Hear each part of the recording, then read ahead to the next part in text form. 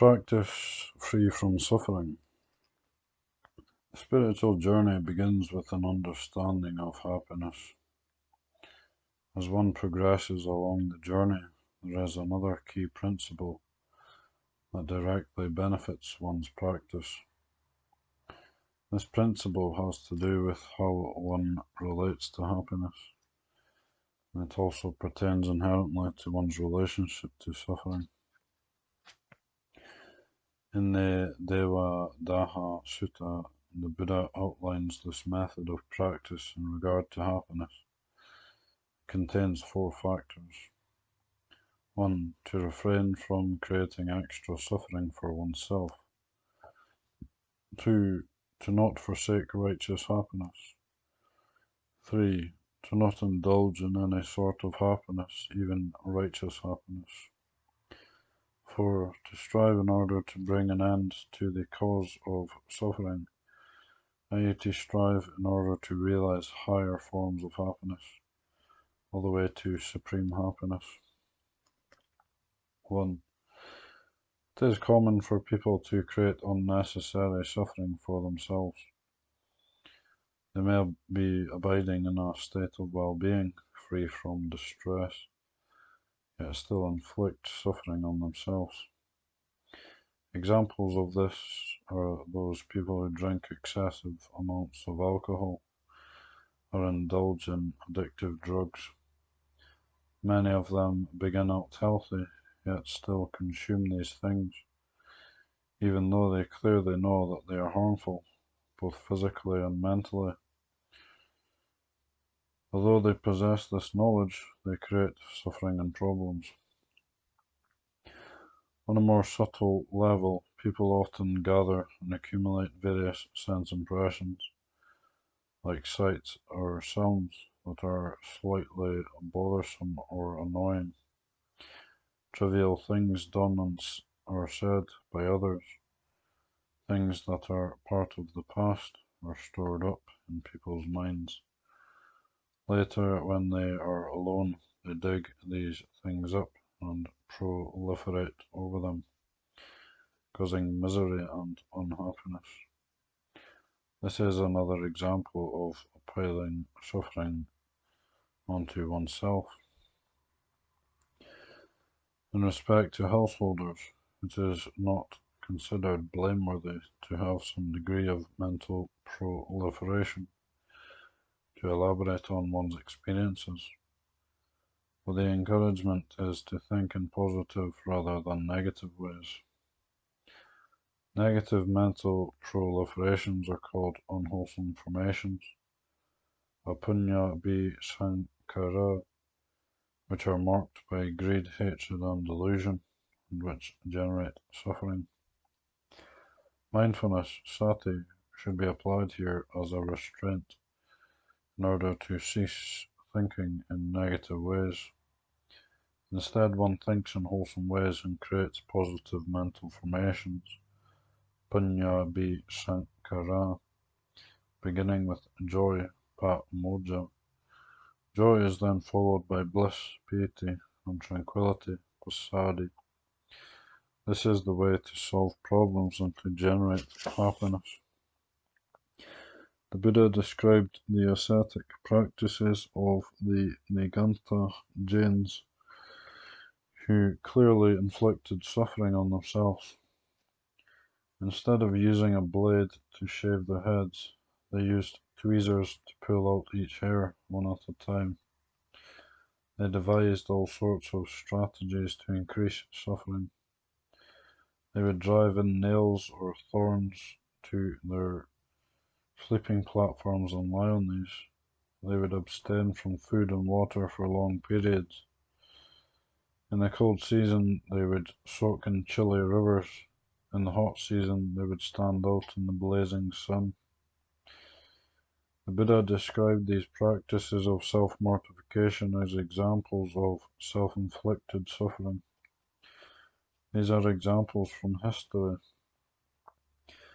The reader can think of comparable ways in which modern people unnecessarily pile suffering onto themselves. 2. righteous happiness can be found in everyday situations. Take, for example, those laypeople who earn their living honestly. They use their money for enjoyment and to support their families and dependents. According to the teaching on the four kinds of happiness for householders, Geisuka, the happiness of having wealth, the happiness of spending wealth, the happiness of being free from debt, and the happiness of performing virtuous and blameless deeds, of performing good deeds by way of body, speech, and mind, happiness that causes no harm to anyone. This kind of righteous happiness should not be neglected or forsaken. There are numerous kinds of righteous happiness. There is the happiness stemming from generosity, dana, moral conduct, sila, and cultivation of the mind, bhavana. There is the elevated happiness of developing tranquility meditation, samatha bhavana, and insight meditation, vipassana bhavana. Alternatively, there is the happiness of loving kindness and compassion, or the happiness of the four principles of service, Sangha Watu, see below. In sum, these kinds of happiness should not be renounced or objected to. Those people who adhere to a doctrine of extreme asceticism aim to inflict more suffering on themselves, and they thus shun happiness. 3. Non-indulgence in any form of happiness is a vital factor and indicates an advanced level of spiritual development. Experiencing righteous forms of happiness is already an excellent step in spiritual practice, but problems can arise due to such happiness, namely, people may get attached to or blindly absorbed in it. This attachment or indulgence leads to laziness, heedlessness, and decline. One who is able to escape from this pitfall has reached an important stage in practice. When one has reached this stage, happiness is unable to dominate the mind. First, one does not fall into heedlessness. Happiness does not become a harmful influence. Second, one does not lose one's independence. One is not enslaved by happiness. Third, one has the opportunity to develop higher forms of happiness. 4. The effort to bring an end to the cause of suffering leads to perfect happiness. As long as the source or seed of suffering remains, there is still the potential for suffering to resurface. Suffering is still latent. At this stage, happiness is still imperfect. Here, the cause of suffering must be completely eliminated. This final factor explains why the term cessation of suffering is so widely used. It points clearly and definitively to the necessary task. As stated earlier, the expression development of happiness is useful, but it is open-ended. It does not clearly indicate the final goal of practice. Although this process can be described in both a positive and a negative way, only a negating description is decisive and clear. Suffering is completely removed, with perfect happiness remaining. The expression "to strive in order to bring an end to" indicates how the elimination of the cause of suffering goes hand in hand with effort. The causes for suffering do not necessarily vanish immediately. Rather, one gradually reduces greed, lobha, hatred, dosa, and delusion, moha, and weakens craving, tanha, conceit, mana, and fixed views, diti. In this way, one practices according to the path by developing virtuous conduct, concentration, and wisdom. Mental defilements diminish and ignorance decreases. Relatively speaking, this is the same as gradually increasing happiness. This fourth factor can thus be paraphrased as the development of happiness, but for the sake of clarity, one adds the qualification to develop happiness to perfection. This is why the earlier definition in parenthesis states, to strive in order to realize higher forms of happiness all the way to supreme happiness, Paramasukha. For this fourth factor to be fulfilled, one must link it with the third factor of not indulging in any form of happiness, of not getting stuck, acting heedlessly, abandoning oneself to some form of pleasure, or ceasing to make effort. The fulfillment of the third factor enables one to reach the fourth factor and to reach spiritual perfection. Another way of describing the proper relationship to happiness is to focus on four main factors of spiritual practice. 1. Heedfulness. This factor applies to everyone.